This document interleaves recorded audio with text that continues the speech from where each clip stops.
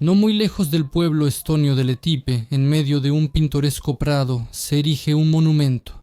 En el pedestal de granito está grabada la fecha del 8 de agosto de 1976 y los nombres de las personas que murieron en este lugar. ¿Qué fue lo que sucedió aquí en aquel tiempo lejano pero bastante pacífico? ¿Y por qué?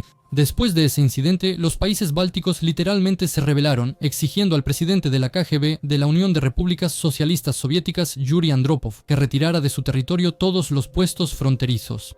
Los detalles de esta terrible tragedia en el video de hoy. Letipia es una aldea sin nada especial, como muchas otras que hay en Estonia. Alrededor se extienden bosques de abedules y prados de una belleza increíble. El aire puro y las olas rosadas glaciares de enormes dimensiones, intactas por la civilización, desde hace mucho tiempo atraían a viajeros y turistas de toda la Unión Soviética. El 7 de agosto de 1976, en la orilla del Golfo de Finlandia, cerca de esta aldea, se celebró el encuentro anual de la familia de trabajadores de la industria del gas de la RSS de Estonia. El evento favorito de los gasistas, que duraba 2 o 3 días, era una celebración tradicional. Se llevaba a cabo con éxito desde 1970. Era una fiesta con canciones y bailes, juegos deportivos y competencias, y reuniones nocturnas junto a la fogata con guitarra. Por supuesto, no faltaba el alcohol, pero en dosis moderadas. Esta vez, decidieron organizar la reunión en el territorio adyacente a la base de descanso, que pertenecía a los inspectores de tránsito públicos de Rakveri. La base se encontraba muy cerca de la frontera marítima con Finlandia. A 1,5 kilómetros de ahí estaba un puesto fronterizo soviético. Por eso, los organizadores coordinaron las fechas del evento y otros detalles con el Servicio de Fronteras de la Unión de Repúblicas Socialistas Soviéticas y obtuvieron el permiso del jefe del Comité Ejecutivo del distrito. Recuerda la periodista estonia y testigo ocular Enna Tamer. El control era muy estricto. A las personas que iban a descansar a la base las incluían en listas y verificaban su confiabilidad. La KGB siempre estaba informada. Después de todo, nunca se podía descartar una provocación de los servicios secretos finlandeses.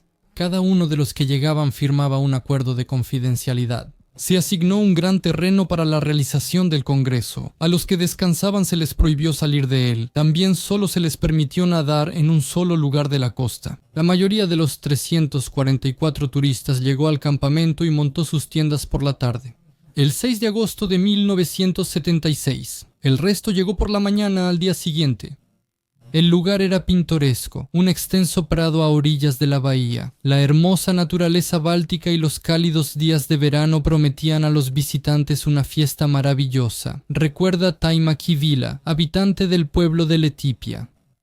Desde temprano en la mañana empezaron a llegar los veraneantes, casi todos con sus familias y niños. Los jóvenes llegaban con guitarras y cámaras inflables para nadar. Sacábamos a la venta verduras, frutas, queso y huevos. La fiesta normalmente duraba 2 o 3 días. Había muchísima gente, todos alegres y amistosos. El alcohol se vendía en el área del centro recreativo. Según la documentación de mercancía, antes del festival se llevaron a la tienda local 820 botellas de vodka, 160 botellas de coñac y licor, 776 botellas de vino y 1.740 botellas de cerveza. El teniente Leo Tiri, subcomandante del destacamento fronterizo, fue desde temprano a inspeccionar el lugar donde se realizaba el evento festivo. El día 7 de agosto en el campamento comenzó con la parte oficial del festival, organizada frente al edificio del cuartel general. Tras las palabras motivadoras de la dirección, los turistas se dispersaron por el lugar, donde se prepararon diversos entretenimientos para ellos. Leo Tiri conocía bien al administrador de la base, Alex Río. Después de intercambiar un apretón de manos, subieron al porche, observando a todos los participantes que llegaban al encuentro. «Alex, ¿ya ha llegado mucha gente?», preguntó en voz baja el guardafronteras. «Serán más de 200 cada año». Entonces el estonio miró fijamente a Leo. Leo Tiri estaba sirviendo su primer año en este destacamento, y le resultaba extraño ver tanta gente reunida en un territorio tan cercano a la frontera. «Tengo una petición para ti, Alex», dijo Leo mirando seriamente al administrador. «Si ves que los visitantes traen una lancha inflable o algo parecido, avísame de inmediato». Alex Rija apenas hizo una mueca conteniendo una risa. Él recordaba aquel caso cuando hace 3 años 2 chicos jóvenes y una chica intentaron cruzar la bahía en bote por la noche para llegar a Finlandia. En ese entonces apenas lograron atrapar a los fugitivos en la costa finlandesa, casi provocando un conflicto con los guardias fronterizos de allá. Hubo mucho escándalo y muchos jefes perdieron sus cargos y sus insignias. Por supuesto, camarada Tiri, no se preocupe, yo le avisaré sin falta. Guardaron silencio por un momento, observando el auto que se acercaba con 3 chicas guapas. Escuché que te trajeron muchas buenas bebidas, continuó Leo con una voz animada y relajada. Sí, teniente, ¿quiere probar? Alex asintió con astucia al guardia fronterizo, invitándolo a la tienda. La venta de alcohol a los militares en el territorio de la base turística estaba estrictamente prohibida, pero a veces se hacían excepciones. Esta vez, Leo Tiri salió de la tienda de Alex con una bolsa grande en la que algo tintineaba suavemente. Sin prisa, el capitán puso la bolsa en el asiento trasero del UAZ, le hizo una señal a Alex, y el vehículo se dirigió hacia la orilla donde los visitantes ya desempacaban, armaban tiendas de campaña e inflaban colchones para nadar. El calor en esos días era insufrible. Al caminar por el campamento de tiendas, saludó al jefe de los trabajadores del gas, Anatoly Barky, y por formalidad revisó los documentos de permiso de visita. Camarada Barky, debo advertirle que a los empleados de su oficina que están de descanso se les prohíbe salir del campamento y alejarse hacia la bahía, dijo Leotiri estrictamente. No se preocupe, camarada teniente. Todos mis empleados no es la primera vez que vienen a la celebración y ya conocen las reglas, le aseguró Anatoly Barky. Después de inspeccionar la zona costera, Leotiri no encontró ninguna embarcación sospechosa. Satisfecho con la inspección, se dirigió al puesto para presumir el licor de marca Vanatalin que había conseguido ante el jefe del puesto fronterizo, el teniente coronel Edgar Tommy. Él se alegró muchísimo y de inmediato, en honor a la ocasión, propuso degustar la bebida de élite. Colocaron la mesa en la oficina y sin esperar la noche empezaron a disfrutar del festín. Y en ese momento, cerca de la base de descanso, estaban de guardia 2 guardias fronterizos, soldados rasos de la tercera avanzada del 6º destacamento fronterizo. Víctor Bagichev y Nikolai Povishev, un joven tartaristano de 20 años de la Unión Soviética. Bagichev y su compañero de la misma edad de Perm, Povishev, eran amigos. Ellos comenzaron a servir juntos en 1974 y debían ser desmovilizados en 1976. El servicio transcurrió sin incidentes importantes. Nunca vieron espías ni infractores de la frontera en persona, así que no estaban acostumbrados a estar en tensión. El 3 de agosto, Víctor Bagichev recibió una gran transferencia de dinero de sus familiares. Los compañeros decidieron no perder el tiempo. Fueron a la tienda en la base turística y Alex Rika amablemente aceptó ayudar a sus amigos a comprar alcohol. El precio era un poco más alto que en la tienda, pero eso no molestó a los guardias fronterizos, ya que oficialmente no tenían derecho a comprarlo. El ingenioso estonio sacó por la puerta trasera unas 10 botellas de vodka y licor, y al recibir una buena cantidad de dinero en efectivo, quedó bastante satisfecho. Sentados en medio de un campo de papas, se servían vodka en los vasos sin prisa y acompañaban con carne de res enlatada del ejército. «Está bien aquí», murmuró Víctor Bagichev, recostándose de espaldas, hundiéndose en la suave y jugosa hierba y mirando el cielo despejado de agosto. Se imaginaba cómo pronto regresaría a casa, a su pueblo natal. «Pronto será aún mejor», respondió Nikolai Povishev, sacando un gran trozo de carne del frasco. «Por la noche los trabajadores del gas iniciarán la fiesta con canciones y bailes, y nuestro turno finalizará». Víctor silbó alegremente como si no se le hubiera ocurrido esa idea a él mismo. «Ahí descansaremos, como en la vida civil, y conoceremos chicas», continuó Nikolai, sirviéndose el siguiente vaso. «¿Y si Tiri llega ahí con una inspección de vapor?», preguntó Víctor inquieto. «Él es un tipo de esos, de los estonios, le gusta el orden y seguro que aparece». «Él fue en la mañana, vi su UAZ con los binoculares». Nikolai sonrió mientras le pasaba la siguiente ronda a su amigo. Víctor Bagichev tomó el vaso que le ofrecieron y por las palabras, por la pronta baja, lo vació hasta el fondo. Al atardecer, los trabajadores del gas prendieron fogatas y alistaron mesas con bocadillos sencillos y alcohol. Estonia siempre ha sido famosa por sus licores naturales y sus excelentes sprats, recuerda Andrés Nur, empleado de la compañía de gas de Ragver. Todos la estaban pasando muy bien, unos nadaban, otros jugaban fútbol, los niños corrían entre las tiendas jugando a las escondidas y los adultos preparaban la cena festiva en la fogata. También había alcohol, pero con moderación, no había excesos. Recorrí personalmente el campamento, asegurándome de que todos los que descansaban se sintieran bien. Al atardecer todos se dispersaron hacia las mesas servidas, sonaban guitarras y se cantaban canciones. La fiesta estaba en pleno apogeo cuando los que descansaban notaron a dos guardias fronterizos que se acercaban. Eran Víctor Bagichev y Nikolai Povishev. Ambos estaban bastante alegres, llevaban consigo licor y botanas. La llegada de los invitados no deseados no molestó a los vacacionistas. Todos conocían el puesto fronterizo y habían sido advertidos sobre las patrullas y revisiones. En las fiestas, los amistosos estonios invitaron a los guardias fronterizos a la mesa y al principio todo estuvo bien, recuerda Andreas Nurk. Al acercarse, los muchachos nos saludaron y se notaba que estaban muy borrachos. Pero no mostramos ninguna agresión, al contrario, les ofrecimos unirse a nosotros. Y aunque esta invitación fue hecha más por cortesía, ellos no se negaron y se sentaron junto a nuestra fogata. Sacaron el alcohol y la comida que habían traído, brindamos un poco por conocernos y comenzó la conversación. Me incomodó que llevaran rifles automáticos. ¿No deberían entregar las armas en la unidad fronteriza después del turno?, preguntó el estonio.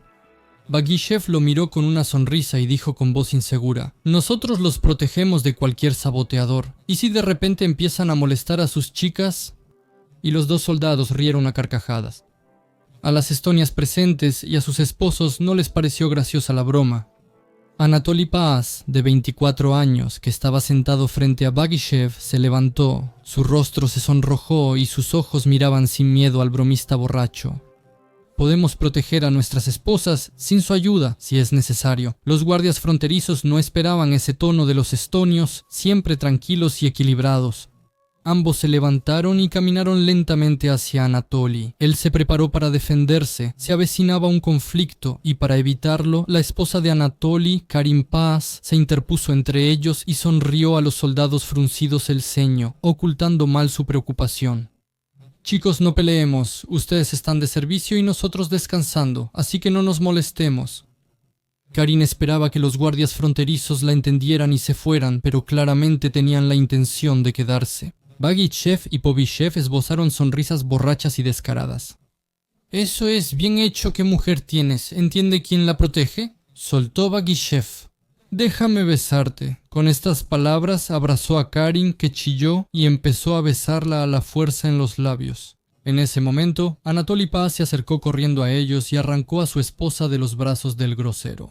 La cabeza de Bagichev se giró hacia un lado por la sonora bofetada. Karin, frotándose la mano adolorida, miraba con odio a su enfurecido agresor. «¡Ah, maldita perra!». Bagichev levantó abruptamente el fusil automático de su espalda. «¿Qué está pasando aquí?», gritó Anatoly Barky, el jefe de la compañía de gas, corriendo hacia ellos. Sin aliento y respirando con dificultad, miraba sorprendido al guardia fronterizo armado con un fusil automático. Los gritos alarmaron a los vacacionistas que se reunían lentamente a su alrededor. Nikolai Povishev palideció al ver el fusil automático en manos de su amigo. Él estaba mucho más sobrio que su amigo y en ese momento ya se arrepentía de haber ido con él al campamento. «¿Y tú qué quieres?», exhaló con enojo Bagichev. «Deténganse, ¿qué están haciendo?». Al acercarse, Anatoly quiso desviar el cañón, pero recibió un fuerte golpe con la culata en la cara. Al caer, se cubrió el rostro con las manos, de entre las cuales apareció un fino hilo de sangre. Nikolai Povishev levantó su metralleta y con la voz quebrada gritó: «¡Todos atrás! ¡Voy a disparar!», y volviéndose hacia su amigo gruñó: «¡Vámonos de aquí!». Pero los antidisturbios lo rodearon, le quitaron la metralleta y lo arrojaron a los arbustos. Povishev, acostado de espaldas, extendió las manos hacia adelante, mostrando que no iba a seguir peleando. Después de dejarlo, los estonios se lanzaron hacia Víctor Bagichev, pero él no pensaba rendirse tan fácilmente. Anatoly Paz fue el primero en atacar al guardia fronterizo, intentando quitarle el arma. Se oyó un disparo y Anatoly, desangrándose, cayó al pasto. Sujetando su herida en el pecho, susurró: «¿Qué haces? Todos somos tan jóvenes». Pero Baguishev, furioso, apuntó su arma automática a los aterrorizados muchachos y comenzó a disparar. La gente huía aterrorizada, escondiéndose en la tienda, pero las balas los alcanzaban incluso allí. Alguien tropezó con la fogata mientras corría y una brasa voló hacia una tienda cercana, incendiándola de inmediato. Mientras la pradera se llenaba de humo acre, Baguishev seguía disparando sin parar a diestra y siniestra. Recuerda Taima Kivilla, habitante del pueblo de Letipia, quien estuvo presente en la reunión de 1976. Al principio ni siquiera pensé que fueran disparos, pensé que alguien había arrojado un pedazo de asbesto al fuego, pero cuando esto se repitió una y otra vez y escuchamos gritos y gemidos, quedó claro que eran disparos. Recordé las advertencias del jefe sobre la cercanía de la frontera finlandesa y las posibles provocaciones. Me lancé al piso, cubriéndome la cabeza. A mi alrededor la gente huía, los niños chillaban y sollozaban. Junto a mí cayó una joven. Volteé la cabeza y noté sangre en su camisa, pero no pude ayudarla. Yo misma estaba muy asustada y tenía miedo incluso de moverme. El cargador del fusil se vació. Baguillev lo cambió por uno nuevo y siguió disparando contra las tiendas de campaña. Las balas silbaban, alcanzando a las víctimas sin distinguir si era un hombre, una mujer o un niño. Por todas partes se oían gemidos y gritos. Recuerda en Nevilov, participante del Congreso de Trabajadores de la Industria del Gas de la RSS de Estonia. En la tienda donde yo estaba sentado había 7 agujeros. Yo no resulté herido, pero de nuestro grupo, Any Raid, recibieron balas. A la tienda entró corriendo una mujer que sostenía contra su pecho a un niño asustado y llorando. Los jalé al suelo y los cubrí con mi cuerpo. Afuera se escuchaban gemidos. Había heridos graves con balas en los pulmones que fueron trasladados en sus propios autos al hospital de Rakvere. No es tan fácil vivir. A 2 no los llevaron vivos. Baguishev, cegado por la furia y la borrachera, seguía disparando a lo loco, pero entonces Nikolai Povishev, ya recuperado, se le acercó. Vio que su amigo borracho, como un loco, estaba rociando a la gente con plomo y quiso detenerlo. «Vitka, detente». Nikolai lo agarró del brazo, pero él le apuntó con el arma sin reconocerlo. Un disparo sonó, la bala pasó justo arriba del corazón. Nikolai cayó en la hierba, quedando inmóvil. Al ver que había matado a su amigo, Baguillev soltó el arma y corrió hacia él. Se inclinó, lo sacudió por los hombros, pero había perdido el conocimiento. Un hilo de sangre brotaba de su boca. Retrocediendo, Baguillev finalmente entendió lo que había hecho. A su alrededor yacían personas inocentes a las que él había disparado, jóvenes muchachos y chicas. Las paredes de las tiendas estaban manchadas de salpicaduras de sangre, y a sus pies yacía una ametralladora cuyo cañón aún humeaba. Sin que le diera tiempo a enfriarse, Baguishev miró una vez más a su amigo caído, acercó el arma, se la puso en la cabeza y dijo solo una palabra: «Perdónenme». Se escuchó un disparo y Víctor Baguishev cayó junto a Nikolai. Cuando cesó el tiroteo, la gente empezó a buscar a sus seres queridos y a vendar a los heridos. Los turistas iluminaron el claro donde ocurrió el tiroteo con los faros de sus autos y llevaron todos los botiquines de primeros auxilios al lugar de la tragedia. Había que detener de inmediato la hemorragia a muchos heridos. A Alex le devolvieron el sentido con un golpe de culata en la ceja, lo que le causó una herida profunda. Con una conmoción cerebral y un fuerte mareo, aún así logró llegar hasta el puesto fronterizo. El centinela abrió la puerta y dejándolo entrar, le preguntó qué había pasado. Escuchó sonidos como de fuegos artificiales y creyó que en el campamento turístico lanzaban cohetes, pero no eran fuegos artificiales. «Nos dispararon los guardias fronterizos», dijo Alex con dificultad para respirar. Y, sin perder tiempo en explicaciones, corrió hacia el cuartel general. Encontró a los oficiales descansando tranquilamente justo en la oficina del comandante del destacamento. En la mesa había restos de la cena, la radio tarareaba suavemente algún éxito popular, despertando a los que dormían. Alex contó con compasión sobre el incidente en el campamento. El teniente Leotiri no le creyó de inmediato al preocupado jefe de los gasistas estonios. «¿Estás borracho? ¿De qué tiroteo y guardias fronterizos hablas?», preguntó enojado. «2 soldados insultaron a nuestras mujeres. Luego uno disparó. Hay numerosos heridos y personas fallecidas por disparos. Compañeros oficiales, digo la verdad. El comandante del puesto, el teniente coronel Edgar Tommy, ordenó salir de inmediato al lugar de la tragedia. Los comandantes se dirigieron a la costa saltando al UAZ. Hasta el último momento se negaban a creer lo ocurrido. Eran saboteadores disfrazados de guardias fronterizos. Unos trabajadores del gas estonio borrachos se pelearon entre ellos y armaron un tiroteo. Cualquier cosa menos que fueran soldados de su propio cuartel. Mientras tanto, mientras se brindaba primeros auxilios a los heridos, en el edificio de la casa de descanso intentaban llamar a la ambulancia, pero debido a la mala señal telefónica no lo lograron de inmediato. Al darse cuenta de que muchos heridos podrían no sobrevivir hasta que llegaran los médicos, los turistas decidieron llevarlos ellos mismos en sus autos a los hospitales de Rakveri y Tartu. Esa rapidez salvó la vida del conductor de la compañía de gas, Matipus, de 24 años. Una bala de ametralladora le atravesó el pecho y se alojó en el pulmón. Los médicos literalmente salvaron al hombre de la muerte, pero no pudieron salvar a todos. Los faros del auto de los guardias fronterizos iluminaron el claro. Los turistas se agolpaban entre las tiendas de campaña, nerviosos y asustados. Al salir corriendo al claro, Edgar y Leo no podían creer lo que veían. Por todas partes, sobre la hierba, yacían los cuerpos de mujeres y hombres, objetos esparcidos, heridos vendados y familiares de los fallecidos llorando sobre los cuerpos. Edgar Tommy se aproximó despacio a los cadáveres de 2 soldados que reconoció. No eran saboteadores, sino sus propios hombres. Se inclinó sobre Nikolai Povishev y puso la mano en su arteria carótida. «¡Todavía está vivo!», exclamó Edgar. Junto con Lia, lo levantaron y lo llevaron al auto. Volteando, Edgar gritó en voz alta a las personas reunidas en el claro: «Nadie debe abandonar este lugar hasta nueva orden. Nada de llamadas a familiares ni amigos». La gente miraba en silencio la UAZ que se alejaba. En sus ojos había miedo y desconcierto. ¿De verdad son ellos los criminales que dispararon contra gente inocente? ¿De verdad nadie debe saber el miedo y el horror que experimentaron esa noche? El automóvil iba a toda velocidad hacia el hospital de Tartu. Mientras Leo vendaba a Nikolai Povishev, el teniente coronel Edgar Tommy pensaba cómo salir de este incidente. «¿Cómo está?», preguntó Edgar al voltearse. «Mal, perdió mucha sangre», respondió Leo. Edgar frunció el ceño y aceleró. En el hospital al herido lo llevaron de inmediato a la mesa de operaciones. Edgar Tommy caminaba nerviosamente por el pasillo esperando a que Leo terminara de cargar gasolina al auto. El médico cirujano de edad, limpiando sus lentes, se acercó al teniente coronel. «¿No quiere explicar qué fue lo que pasó al final?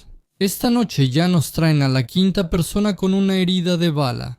Todos provienen del campamento turístico de los trabajadores del gas en Letipia». Edgar Tommy lo miró con seriedad y dijo estrictamente: «Esa es información confidencial, no tiene por qué saberlo. Mejor ocúpese de sus responsabilidades directas».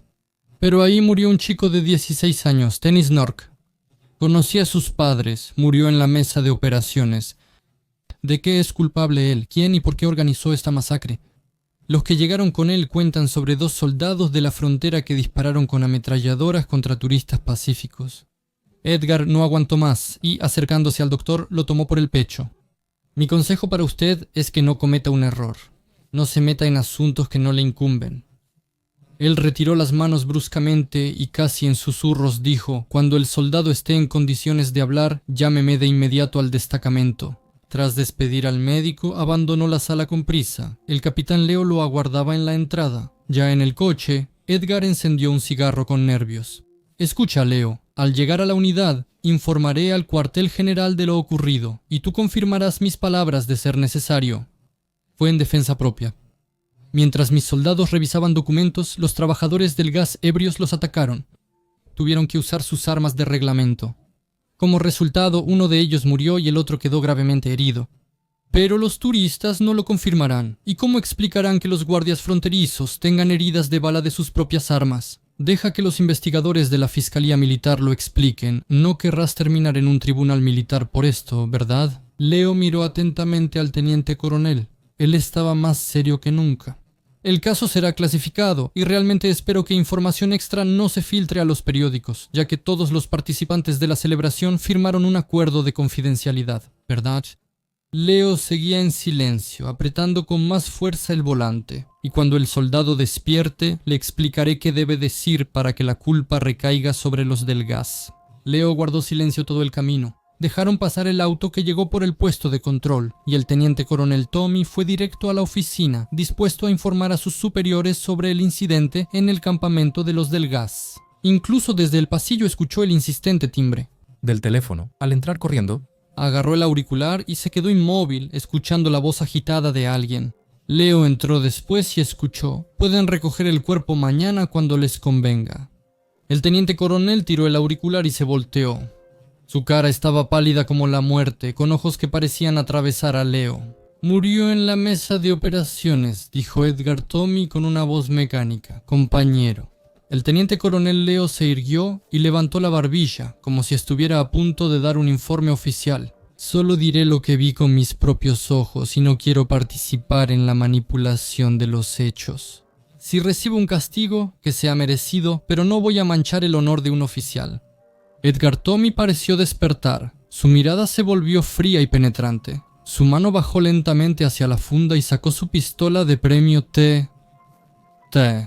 «¿Estás bien?», pensó el hijo. «¿Anotas cada palabra?», preguntó. «Así es, camarada teniente coronel», respondió Leo. La mano con la pistola se alzó lentamente, apuntando a Leo, quien se quedó inmóvil, hipnotizado, mirando a los ojos del teniente coronel.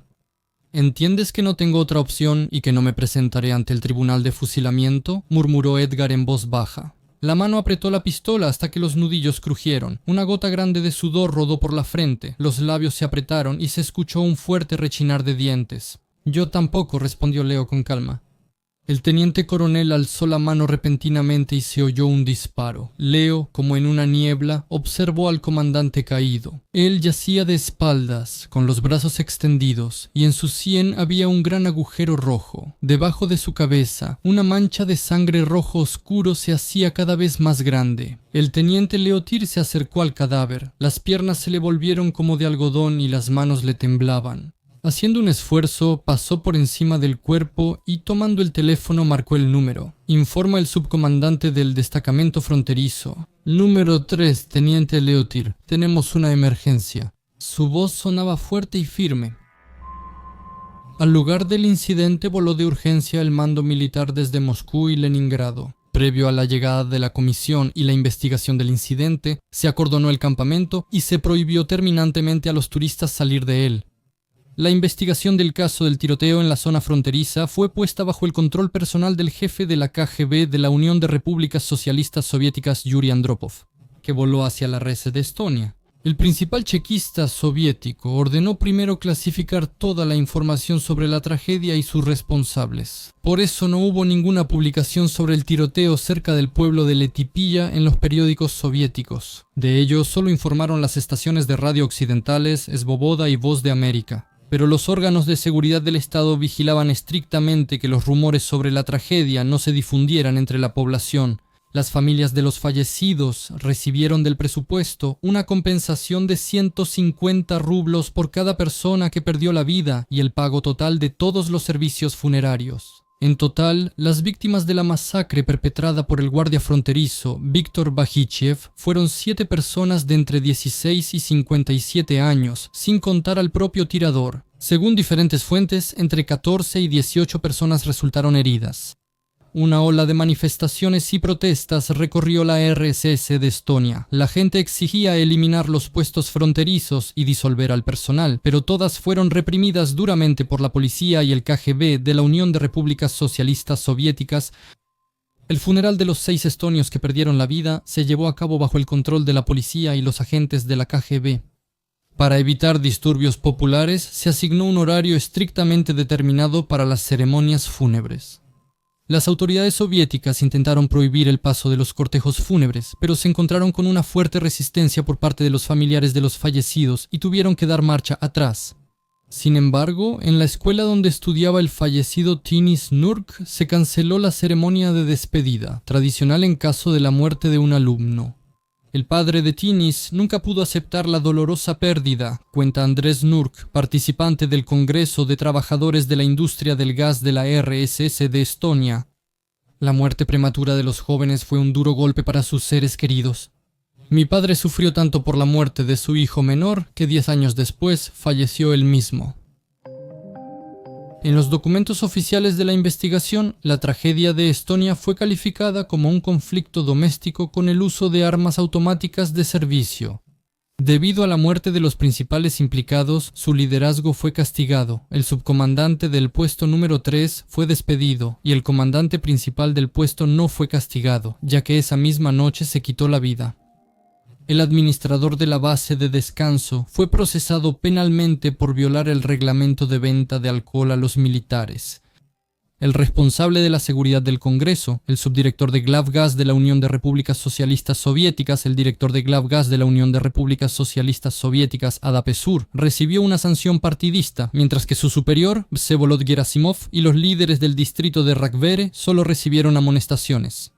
Pero las autoridades soviéticas sacaron conclusiones de lo sucedido. Los guardias fronterizos de la Unión de Repúblicas Socialistas Soviéticas comenzaron a patrullar con fusiles sin cargar, recibiendo la orden de usar las culatas si era necesario. El personal de las unidades fronterizas se formaba casi completamente por soldados estonios. El mando también estaba a cargo de oficiales de origen estonio.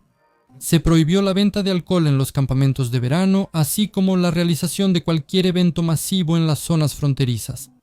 En 1991, en el claro donde ocurrió el tiroteo, se colocó una piedra conmemorativa. 5 años después, en ella grabaron los nombres de todos los que murieron por las balas de Víctor Baguishev. Pero la tragedia cerca de la aldea de Letipia estuvo lejos de ser la única de su tipo. Los guardias fronterizos ya se habían destacado antes en la RSS de Estonia. Así, en 1968, en la isla de Vilsandi, el subcomandante del cuerpo fronterizo, Dobrodev, de 27 años, durante un conflicto en una mesa, disparó y mató con una pistola Makarov a la meteoróloga Maya Lambut y al comandante del faro Lembit Kivi. Al tirador lo sentenciaron a muerte, pero luego le cambiaron la pena por 15 años de prisión, 4 años después. Un caso similar ocurrió en la isla de Saaremaa en 1972. Uno de los guardias fronterizos se emborrachó y fue a ver a su novia con la que había peleado el día anterior. Al irrumpir en su casa, el soldado intentó abusar de ella y su madre y 2 hermanas acudieron en su defensa. Entonces el guardia fronterizo les disparó a todos, matando a las 4 y luego se suicidó. ¿Y usted qué opina sobre este caso? Escriban sus comentarios, den like, dislike, activen la campanita y suscríbanse al Telegram de Strashnoti. Ahí hay un ambiente especial, mucho más contenido y dejo las fuentes y materiales adicionales, incluyendo los de este video.